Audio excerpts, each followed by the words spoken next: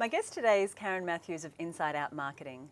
Karen is a multi-award winning businesswoman who's held numerous leadership positions and is responsible for having launched Australia's first skincare franchise and re-engineered a 50-year-old family-run business. Karen, welcome. Thank you. Your last role before starting your own business was as CEO of skincare company Elle Bache.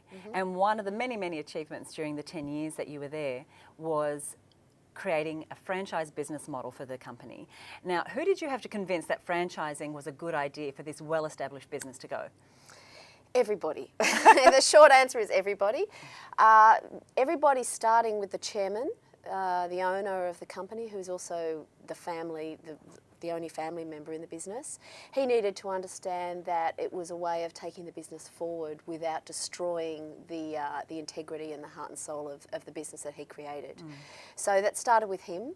It then also extended out to all of our salon owners, who were all independently owned business owners who had in many cases been working with the family and buying the product for 25 years, the way it was, without any proposed changes. I had to convince the ACCC. I had to convince all the various lawyers that were involved in representing the small business owners. I had to convince our internal staff.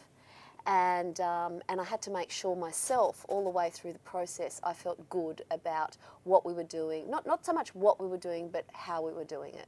So it was constantly rechecking with myself as well that this was absolutely the right thing for the business, and I was doing it with respect to the business.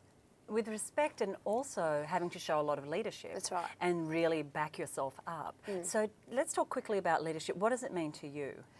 Leadership, you know, and there are lots and lots of textbook definitions on what leadership's all about. But for me, leadership is somebody who has a dream. Somebody who's able to take a dream and convince people to come along on the journey. That's essentially what leadership is. Now, that's all the nice, fluffy stuff around leadership. Leadership also needs to have some of the tangibles. So it needs to have somebody who can put in place good plans, who can put in place the right checks and measures to make sure everybody's protected, who can put in place the right management techniques to keep people moving forward and to move the pieces of the jigsaw around as necessary, somebody who brings the right people in to help achieve those dreams, and somebody who's always a few steps ahead of the rest of the crowd, I guess, and who's driving the ship forward. And I think leadership it's not a one-size-fits-all. It's something that's very, very personal. And but the most important thing is it's authentic. It's developed from somebody's inside out, hence the name. So tell me, what is Inside Out Leadership? Because that's the name of your company, but it's also a way of leading. Yeah, look, for me it's more about a way of leading. That's where it started. And for me, Inside Out Leadership is three-pronged. Firstly, it's about leading from your own heart. So I believe great leaders are personally aligned with their professional goals. Okay. There has to be an alignment personally and professionally. So very much inside out, very heart driven. I think the second part of that is the involvement of the people within the organisation. You know, you read lots of things about empowering people and getting buy-in of your people. I think the whole idea of Inside Out Leadership is really walking that talk and making sure that your people are on the train and making sure that people are very much a part of that vision and a part of the success or failure of any particular goal. And I think the other part of Inside Out is making sure that anything is developed from the grassroots up.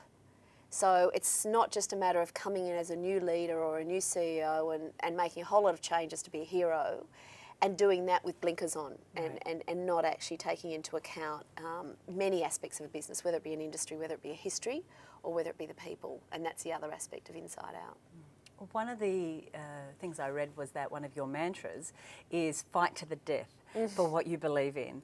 That's pretty strong words. Is that something that you think is common with leaders? I would like to think so. I'm not sure how common it is. I think passionate leaders, yes. And I think in many cases women, yes. I think women often show a big resilience in this area. I think one of the great things about successful women in business and also successful female leaders is they tend to be very passionate.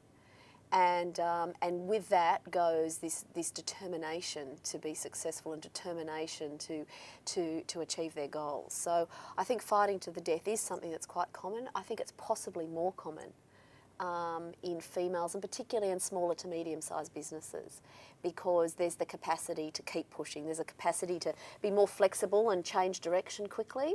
Whereas in some of the larger corporate organisations, that flexibility is not always there. So there tends to be a whole lot of reasons, other reasons to blame, I guess, for not being successful. But I think in a smaller environment, you've got more flex. So you can move around, you can change direction, you can find a way to be successful if you really want to be, I think. So what if I'm in a big corporation and I want to lead? We're seeing in some countries now that they're mandating the number of women in positions on boards. Yep. But for many women, they're perhaps looking at how to go from a junior role Yep. to a manager's role to a senior manager's role. So what advice would you give them? A number of words of wisdom, I guess, for want of a better word. Confidence, and you can't just be confident. Confidence takes some time, so with confidence comes time. And allowing yourself the time to develop that confidence and to develop some experience. Never accept no until you're absolutely convinced that no is the right answer. And what I mean by that is, if you have a vision or a dream or you have a goal that you want to achieve, go to the absolute end before you accept that the answer is no. So if your boss says no, ask all the questions. Well, why not? Why not? And the key here, particularly as a junior executive, is to do that with respect and to not overstep, your mark. And so there's a balance there between confidence and arrogance, particularly as you're younger and you're not quite so adept at managing your language. And so I think the thing is not necessarily accept no. Keep challenging why. Listen to what your manager is saying. Go back and rework your idea and come back to your manager and say, okay, I took on what you said, however, what about this? So you can go through that process with your boss. You can enlist mentors within an organisation, and particularly in corporates and larger businesses, they set up an internal mentoring program that is often something where an employee can work with another manager in helping their career progression. There are mentors outside organisations. I mean, ABN has a wonderful mentor program, and I would encourage women to get involved in these networking organisations because it provides support, and with support comes confidence, and with confidence comes the ability to manage yourself in the workplace. And it's also this feeling that you're not alone. I think that's a very important thing as well, as a female, and as any young business person, trying to understand that we're all going through the same frustrations with progressing our career. We're all going through the same frustrations with these roadblocks. So we all have to manage it. And I think, it's a matter of putting in place the mechanisms that can best help you at whatever stage of your career that you're at. So it's mentors internally and externally. It's your own manager. It's another senior person within an organisation. It's getting together with like-minded people and sharing stories. And the big thing there is listening. So it's not necessarily wrong what the other person or the more senior person is pointing out to you. It may actually help you fine-tune and develop your idea and approach it another way. Karen, thanks for joining us. Thank you, pleasure. Thank you.